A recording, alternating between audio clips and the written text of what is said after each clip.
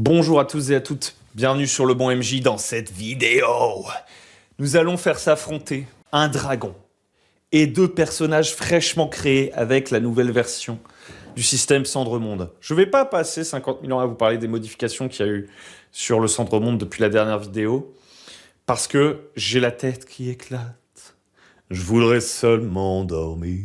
En fait, je suis plus capable de vous faire des vidéos classiques parce que je suis complètement happé par la création de mon jeu, mesdames et messieurs, et j'en fais des nuits blanches. Et aujourd'hui, la seule chose qui me reste comme force suffisante, c'est d'affronter un jeune dragon. J'ai créé un profil de jeune dragon pour mon jeu. J'ai créé 2 PJ en suivant les règles de création de personnages pour essayer de l'affronter. Sur le papier, j'espère que le combat va être âpre, mais j'espère quand même que mes PJ, même fraîchement sortis de la création de personnages, parfaitement optimisés pour tuer. Ces gars-là, vous les mettez sur le site de l'URSSAF, sur un 100 mètres, dans la cuisine, vous leur demandez de faire enlacer, ils ne savent pas le faire. Toutes leurs caractéristiques ont été mises pour essayer de fumer le dragon. Il y en a un, tout son budget il est passé dans son armure. L'autre, c'est un spécialiste de l'arbalète. Est-ce qu'ils peuvent battre un dragon? C'est ce qu'on va voir. Il faut qu'on se mette en condition. Mesdames et messieurs, c'est l'heure du duel. Donc le dragon va être ici. Et les 2 troubignoles vont être en bas là. J'ai tout de suite patché le dragon. J'avais oublié de lui mettre un petit truc. Je vais vous présenter un peu la bête. Elle a différents traits. Voici un jeune dragon. Un jeune dragon, ça a 4 d'armure. Ça veut dire que pour faire des dégâts à ce jeune dragon, dans mon jeu, on jette des poules de D6 pour voir les dégâts qu'on fait. Et tous les dés qui dépassent l'armure de l'adversaire lui infligent une blessure.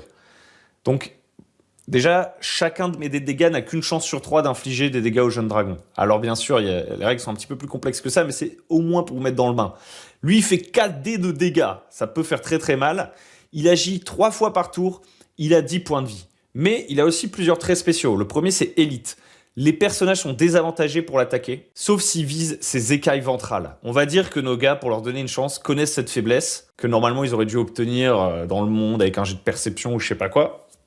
Et donc, ce trait est déjà annulé. Cependant, mon dragon a le trait déphasé. Déphasé, ça veut dire que, en fait, mon dragon va jouer à différentes phases, tout comme mes PJ. Et si mes PJ jouent à une phase où le dragon n'est pas, ils sont désavantagés pour l'attaquer parce qu'on considère que les phases où le dragon n'est pas positionné, en fait, il est dans le ciel en train de voler et donc c'est plus difficile de l'attaquer. Ensuite, le dragon, il a fulgurant, ça veut dire que s'il est sur la même phase qu'un PJ, c'est lui qui joue en premier. D'ailleurs, pour pas l'oublier, on va mettre les tokens ici. Alors qu'en temps normal, par défaut, un monstre, il joue après un PJ s'il est sur la même phase. Ensuite, il est terrifiant, le dragon. Si les PJ jouent après le dragon, ils sont désavantagés à tous leurs jets de dés. Donc autant vous dire que on va faire beaucoup de jets de dés avec des avantages. C'est ça qui va être compliqué. Assaut circulaire, le dragon frappe tous les gens qui se trouvent autour de lui à chaque attaque. Une fois par tour, le dragon, en phase 4, il souffle un crachat de feu qui met un effet de feu sur un PJ. C'est terrifiant. Et en plus, il a le trait brutal, qui fait qu'à chaque fois qu'il inflige une blessure à un PJ, en plus, paf, il enlève un point de vie à son armure. Ok, vous voyez que c'est pas du tout un rigolo. En face, on a, dans le coin arrière-gauche du ring, Bill. Bill, c'est un chevalier. Il n'a aucune compétence particulière, mais il a vraiment le meilleur équipement non magique qu'on puisse imaginer pour un combattant défensif. Il a une bonne épée, il a une hache de secours si jamais son épée venait à se faire péter. Il a une armure très très solide justement pour tanker l'effet du dragon, là, qui fait que ça fracasse l'armure du personnage. Ici, on a un arbalétrier, armure un peu plus légère au cas où, avec le peu de budget qui nous restait, mais surtout une arbalète qui fait 3 dés de dégâts, plus une spécialité en arbalète qui fait que sur un coup critique, on n'a pas plus 1 dé, mais plus 2 dés, on arrive à 5 dés, et en plus spécialiste de l'arbalète qui rajoute plus 1 dé, on peut faire jusqu'à 6 dés de dégâts par tour avec notre arbalétrier, et c'est notre stratégie de survie, mesdames et messieurs. Ces personnages ne sont jamais sortis de chez eux, mesdames et messieurs. Ils n'ont aucune personnalité, ils n'ont pas de background. Ils se situent dans une pure simulation de gameplay sans la moindre saveur. C'est la seule raison pour laquelle ils ont été conçus. Vont-ils survivre face à un token de dragon que je ne vais même pas interpréter en mode roleplay, que je vais simplement faire avancer en diagonale pour les détruire, comme si c'était une simulation robotisée? Nous allons le découvrir. Ok, c'est parti. Donc, Bob et Bill vont jouer en phase 3, qui est très risqué. Peut-être que Bob va jouer quand même... Bill va jouer en phase 2 et Bob en phase 3. Parce que Bob, il a absolument besoin de 2 manœuvres pour pouvoir recharger son arbalète à chaque tour. Allez, on va leur donner une petite chance en plus. On va dire que Bill, dès le début, il est dans une autre case que Bob. Comme ça, il peut intercepter le dragon éventuellement. Ok, on va voir à quel round maintenant joue mon dragon. Je jette 3 des 4 pour savoir les phases auxquelles joue mon dragon. 4, 2 et 4. Ok. C'est plutôt une bonne nouvelle, ça. C'est plutôt une bonne nouvelle. Parce que ça veut dire que Bill, il joue pas dans une phase qui se situe après les phases du dragon. Donc il sera pas désavantagé par le trait terrifiant. Mais c'est le dragon qui joue quand même en premier sur la même phase. Parce qu'il a fulgurant. Donc le dragon, lui, à chaque fois qu'il a une occasion de jouer, il fait un déplacement et il attaque s'il peut. Donc là, il fait juste un déplacement. Le problème, c'est que Bill, en fait, ne peut pas attaquer à ce tour-ci, étant donné que le dragon est encore loin. Donc Bill, il va se mettre en travers de la route du dragon, mais il va pas pouvoir attaquer. Ensuite, c'est au tour de Bob. Donc Bob, il attaque le dragon à un tour où le dragon joue pas, donc ça veut dire que le dragon est dans le ciel, donc il est désavantagé. Et en plus, il est terrifié, donc il a 2 désavantages. Heureusement, en début de combat comme ça, alors qu'il n'est pas fatigué et tout, il a plus 7 à ses jets de dés, parce que je vais jeter un dé 20 en fait, pour savoir à quel point Bob réussit son action. À ce dé 20, je vais ajouter une vertu. Peu importe la vertu, c'est vraiment un truc de flavor en réalité, il n'y a pas d'optimisation au niveau des vertus. Et d'ailleurs, si j'avais vraiment voulu optimiser, attendez, on a dit qu'il était né pour tuer le dragon. Qu'est-ce qu'on fabrique? On va juste se mettre là. 4 et 3, 7 et 2, 9, c'est bon. On va juste se mettre là parce qu'il nous faut des vertus à 4 en fait pour péter le dragon. Et de la même façon, on va faire ça. Ok, là on est optimisé. Donc on va jeter à plus 8. Je choisis une vertu, je dis, oh il tire à l'arbalète avec vaillance, paf, 4. Et il a soldat 4, j'additionne mon bonus de profession et un bonus de vertu. Soldat c'est parfait pour tirer à l'arbalète. J'ai plus 8, je tire avec 2 désavantages. C'est parti. Oh! Ah bah là j'ai de la chance parce que avec 2 désavantages, mon dé le plus bas c'est un... Non c'est un 9, hein, on est d'accord. Ouais c'est un 9. Donc 9 et 8, 17. Je peux aller chercher une réussite exceptionnelle assez facilement. Pour faire une réussite exceptionnelle, je dois faire 20 ou plus. Je peux modifier mon GD après l'avoir lancé en épuisant mes vertus. Donc en les réduisant en gros d'un cran. Je vais réduire ma ruse de 1 à 0. Tac. Pour ajouter un D6 à mon résultat. Donc là je suis à 17. 5, c'est bon, je passe en réussite exceptionnelle. En réussite exceptionnelle, on a fait un méga spécialiste de l'arbalète. Encore une fois, c'est la seule chose qui s'est foutre de sa vie, ce type. Donc, il a intérêt à faire un max de dégâts. Ok, combien de dés ont passé l'armure du dragon? Il y a un seul dé qui a passé l'armure du dragon. Donc déjà, mon 5 inflige une blessure. Maintenant, je peux additionner d'autres dés pour infliger plus de blessures. Donc si je fais 3 et 2, je fais 5 à nouveau. Je peux faire une blessure supplémentaire. Et je pourrais éventuellement faire un 4 plus un 3 qui ferait 7. Et infliger 3 blessures au total. Le dragon n'a plus que 7 blessures. Mais, on a bien appliqué tous les traits du dragon. Ouais, déphasé, nanana. Ok. Maintenant, le dragon va jouer 2 fois en phase 4. Plus, comme il a un de ses tours qui est en phase 4, il va pouvoir faire son souffle de feu. Donc il va essayer de foutre le feu à Bill. Alors le feu, comment ça marche? Ouh, le feu, comment ça marche? Mais ça marche pas, ça brûle. Ok.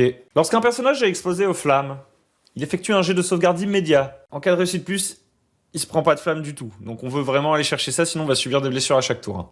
Donc on va faire un jet de sauvegarde. Un jet de sauvegarde, comment ça marche? Bah c'est simple, je choisis une vertu et tout. Alors là, pour le jet de sauvegarde, je pense... avec quoi il pourrait se défendre, notre ami là? Il a pas vraiment agilité, acuité de trucs pour esquiver les flammes au dernier moment. Donc en vrai, je suis un peu en mode, il a pas de vertu efficace. Éventuellement, on pourrait dire qu'avec la sagesse, il avait un peu prédit le fait que le dragon allait lui souffler son feu au début du combat, profiter de sa vertu de sagesse de 1, plus 4 de soldat, il a plus 5 pour son jet de sauvegarde. Le problème, c'est qu'une fois n'est pas coutume, il est désavantagé. Alors il n'est pas doublement désavantagé, parce que déphasé, là, le vol, ça désavantage que les attaques. Donc il est juste désavantagé sur son jet de sauvegarde. Donc il fait 8 plus 5, on avait dit, il arrive à 13. 13, c'est donc une réussite mineure. Et donc, sur du feu, qu'est-ce que ça fait? Il subit une blessure, une usure. Non, il subit un épuisement ou une usure. Au choix. Est-ce que je m'épuise maintenant? Je pense pas. Ah si, faut absolument que je me débarrasse des flammes tout de suite. Donc on a dit qu'on était à 8 et 5, 13. Pour se débarrasser entièrement des flammes, il faut que j'arrive à 20. Donc, je vais épuiser des vertus. 13 plus 5, 18. Nice. Plus 1, 19, non. Plus 1, 20. Bon, ça m'a coûté très cher. Mais je vais... Hop, j'en ai tiré combien? 3, Donc je vais faire tac, tac. Donc je réduis mes vertus en fait pour jeter des D6, hein, vous l'aurez compris, pour les ajouter à mon résultat et améliorer mon résultat. Ce qui fait que là, je me suis complètement débarrassé des flammes. Maintenant, problème, le dragon va arriver et il va m'attaquer 2 fois. Donc je vais pouvoir me défendre d'une seule de ses attaques. Non, je me suis déplacé, je pourrais pas me défendre. C'était peut-être une erreur tactique ça. Donc 1, 2, 3, 4, je prends 2 blessures. Non, 3 blessures. Il y a 2 blessures qui ont passé l'armure. 6 et 6, ça dépasse 4, donc ça me fait directement 2 blessures. Et si j'additionne 2 DD supplémentaires, le 1 et le 4, ça fait 5. Et donc, ça dépasse 4, je reprends une blessure. Nouvelle attaque. Non, j'ai jeté un dé en trop. Nouvelle attaque à 4 dés toujours. 2, 4, 6 et 2, 8. Donc, une blessure plus une blessure. Je reprends 2 blessures. Et à chaque fois que je subis au moins une blessure, c'est pas à chaque blessure subie. À chaque fois que je subis au moins une blessure de la part d'une créature qui a le trait brutal, je dois abîmer une partie de mon équipement. Heureusement, je me suis build spécifiquement pour tanker un maximum de coups. Je pense que mon bouclier ultra renforcé va tanker un coup et ma maille va tanker un coup. Ok, nouveau tour. Bob, il va pas bouger, il va jouer ici. Hein. Bill, honnêtement, j'ai envie de le faire jouer en tout premier. Avec un peu de chance, il peut tuer le dragon. Enfin, il peut pas tuer le dragon. Il peut faire des gros dégâts au dragon. On va voir quand est-ce que je joue le dragon. 1, 2, 3, paf. Le dragon, il joue en 1 et en 3. Oh mon dieu. Oh mon dieu, oulala, bah je pense que Bill il va mourir. Il est où Bill? Il est tout petit, il est écrasé par le dragon. Donc le dragon il a le trait fulgurant malheureusement, qui fait qu'il joue avant, il joue avant Bill, donc en fait ma stratégie ne va pas payer ici. Bill va se faire déchiquetados, à mon avis. Il se reprend 2 attaques de dragon, number 1. Oh là là, il se prend directement 3 blessures dans la gueule. Il ne peut pas se défendre puisqu'il a décidé de jouer en phase 1. Et donc c'est tout simplement, mesdames et messieurs, un Bill qui va se faire foutre au sol.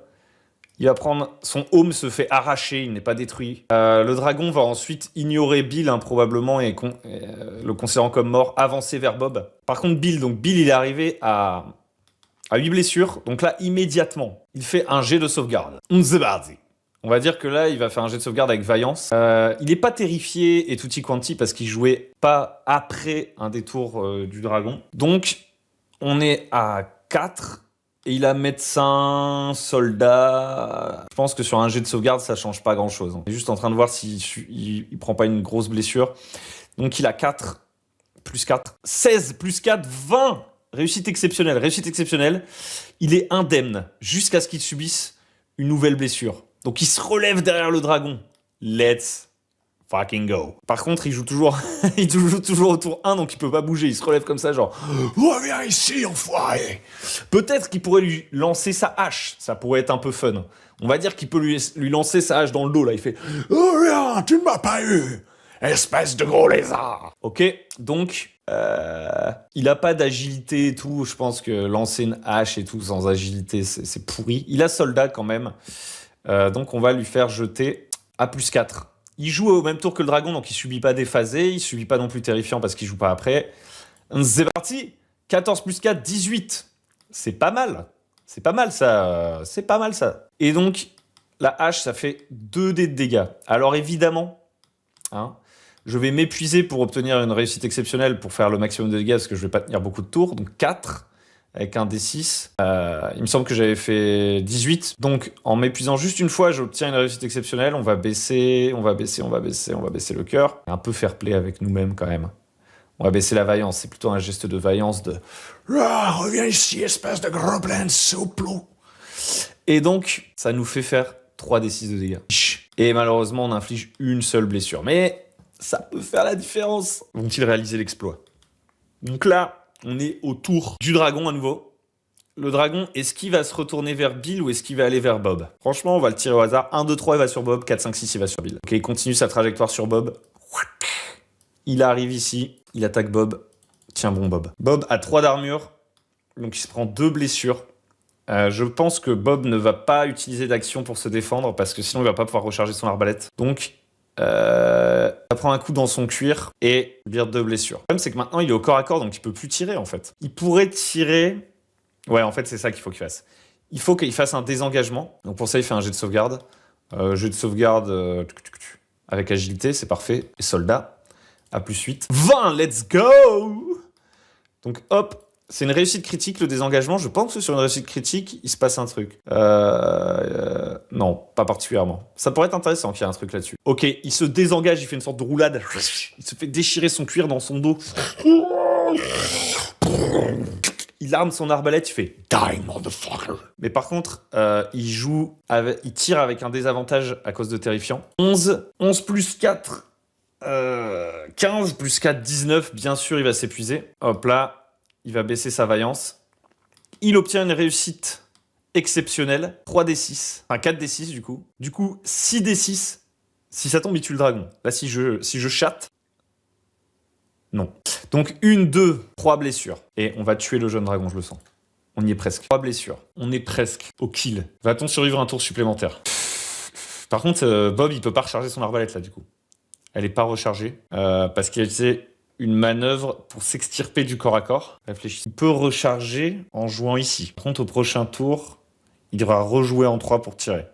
On va essayer de se mettre ici avec Bob. Comme ça, il a la manœuvre qui lui manque pour recharger. Et avec Bill, il faut qu'il se déplace quoi, pour pouvoir attaquer. Il a déjà lancé sa hache. Donc Bill, il va lui falloir 2 manœuvres. Hein. Il va devoir courir comme un dératé pour revenir. Aïe, aïe, aïe, aïe, aïe. Le dragon. 3, 3, 4. Oh, waouh. C'est pas mal du tout. Honnêtement, c'est une très très bonne nouvelle là, ce qui se passe. Je pense qu'on peut fumer le dragon. Je pense que le dragon est mort. C'est incroyable. Donc Bill recharge. Ça fait un bruit comme ça de shotgun quand il recharge. Il a un désavantage parce qu'il attaque alors que le dragon est dans le ciel. 13 plus 8, mon dieu, 21. C'est un crit. Il va tuer le dragon. 1, 2 blessures. 2 blessures. 3 blessures. Boom! Die, motherfuckers! Il l'a fait. Ok, c'était un petit combat avec le système Cendremonde en expliquant tout au fur et à mesure et tout. J'avais envie de tester un petit combat contre un monstre un peu balèze et je suis assez content du résultat parce que ça montre que, à l'aide de petits choix tacticool, un peu rigolo, dès le niveau 1, on peut un peu bouger, faire des choses. On n'a pas juste fait attaque. Là, le combat, il n'est pas exactement représentatif de l'expérience du jeu du Cendremonde parce que le jeu, c'est pas on crée un personnage qui n'est fait que pour être une machine à tuer, pour affronter un dragon et ensuite c'est la fin. En général, les personnages s'épuisent, perdent des capacités à plein de moments différents. Mais je trouve ça très stylé par contre de se dire que des mecs niveau 1 en pleine forme à 2 peuvent fumer un dragon. Ça veut dire qu'en fait, en optimisant ses choix, on peut faire un méga tueur dès le début. Alors c'est un jeune dragon, hein. Et il est seul. Il aurait suffi de mettre, franchement, je pense, 2 fantassins, genre 2 bandits en plus, et les mecs se seraient fait défoncer, parce que aussi, le dragon n'a pas assez, à lui seul, d'économie d'action pour les forcer tout le temps à se défendre et tout. Mais en soi, le dragon a quand même quasiment tué un des persos.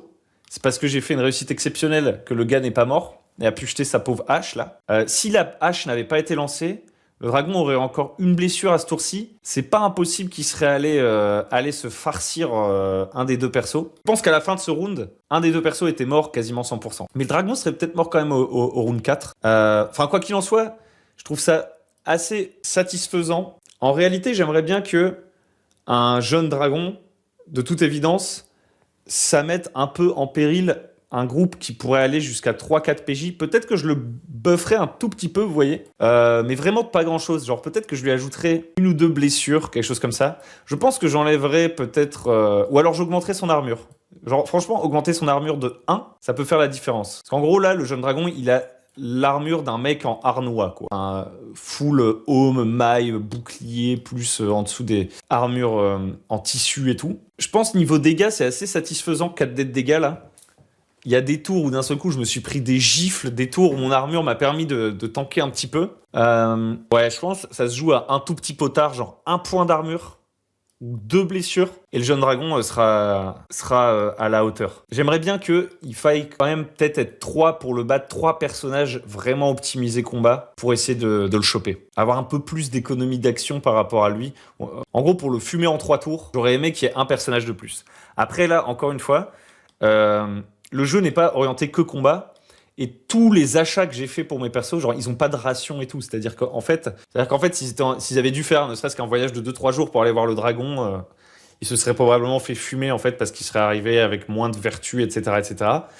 Et puis votre dragon, potentiellement dans votre séquence de jeu, peut-être que il a quelques gardiens, où il y a son papa qui peut arriver au bout de 2 tours et terminer bonsoir, les PJ, c'est ciao. Donc, dans des conditions réelles de jeu de rôle, je pense que ça se serait joué très très différemment. Ça aurait pu aussi se jouer différemment en faveur des PJ, parce que les PJ peuvent, de toute évidence, inventer des stratégies, négocier, dire au MJ « Ah, et si je fais ça et tout ?» Et le MJ dire « Ah, tu pourrais partir avec un petit bonus et tout. » C'est comme ça que je jouerais, moi, en tout cas. Je serais assez ouvert aux idées des PJ pour essayer de leur donner des sortes d'avantages, etc. D'ailleurs, je me tâte à retirer un truc qu'il y avait dans le profil du dragon, qui était élite, avec une condition très précise pour surmonter son truc élite, qui était de tirer dans la partie ventrale pour lui faire plus de dégâts, parce qu'en fait c'est tellement spécifique que j'ai l'impression qu'il y a presque que mécaniquement, entre guillemets...